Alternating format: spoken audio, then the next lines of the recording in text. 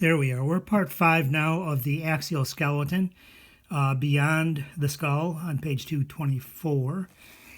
And over here we have the anterior and the posterior view of the sacrum. Okay, this particular visual includes also coccygeal bones. But we're going to focus right now on the sacrum and try to see what's going on here with that. What we'll notice here is that these are 5 fused vertebra. So you have to remember what vertebra look like, okay, from the previous pages. And then imagine what happens if you fuse them together.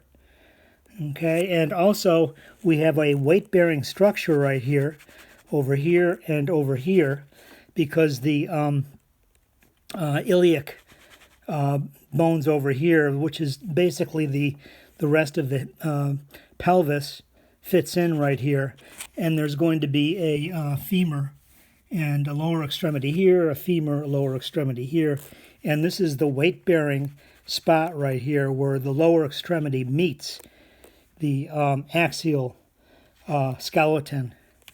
And so this is going to be where the iliosacral joint is. So iliosacral, meaning the ilium and the sacrum, are going to join, and there's going to be a little swivel right there. Okay, so this is a movable joint. And that's how we walk and bear weight, locomote, walk, run, skip, dance, etc. Okay, so then the next thing you should notice from this point of view here is that we have fused everything together. So instead of having discrete spinous processes here, we actually have a crest that sort of undulates a little bit with each, subsequent little guy here. Okay, so here we have S1, S2, S3. I'm not going to, the bones are not really named for individual sacral vertebra that have already fused together, but the nerves are there. The nerves are going to exit here, spinal nerves. Okay, and then the spinal nerves, the roots of the spinal nerves are coming down through the opening up through there, and that's going to be, let's see how they stated, this is the facet. This is the sacral canal. Okay, now what I've done here, this is the anterior view. This is from inside the pelvis, right, which means that the rectum is pressed up against here, and then there's going to be a uterus, and then there's going to be a bladder, if you're of the female persuasion. Okay, and basically then, here again is the body of 1, 2, 3, 4, 5. Okay, and these are openings here for the spinal nerves to come through. We have what would be the equivalent of transverse processes over here that have been fused together.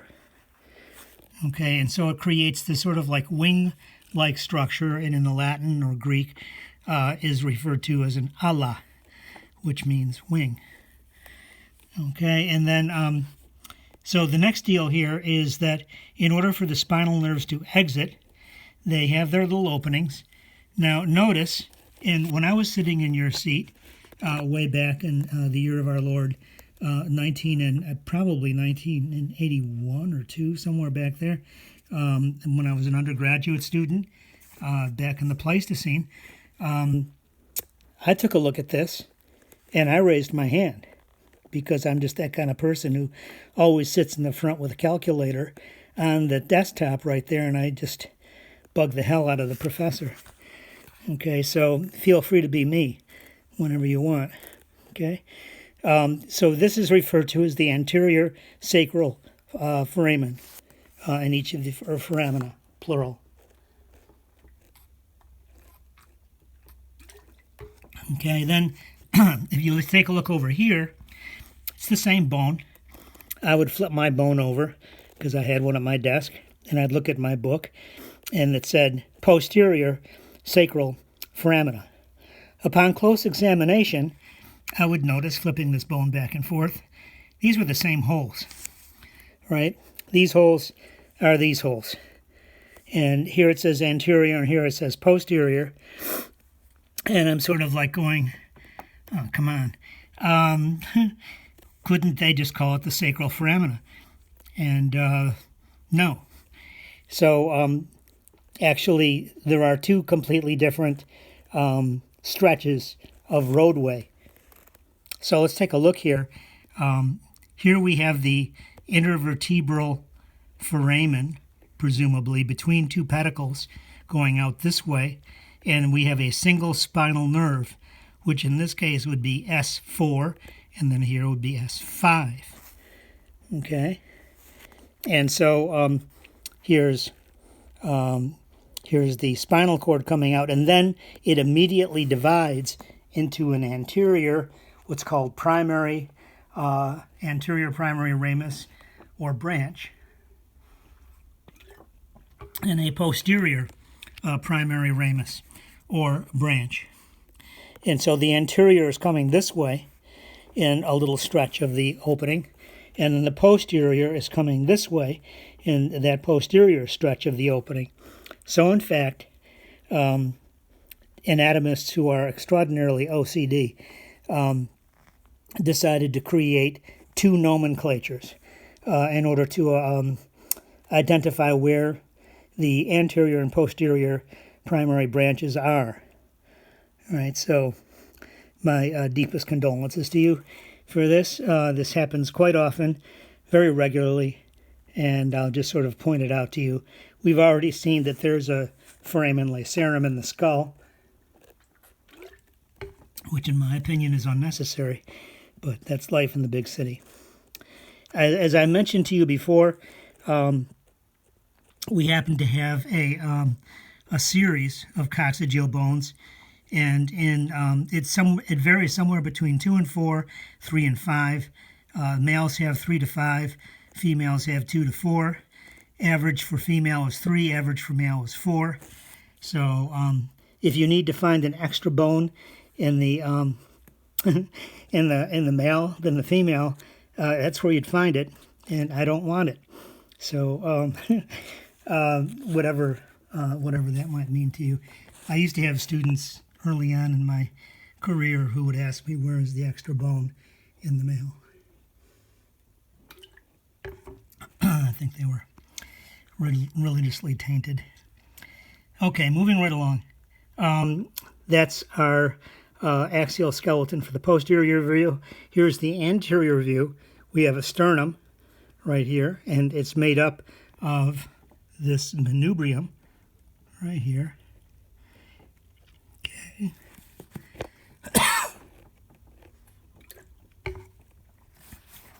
And they're not showing us where the clavicle goes, but it goes right here.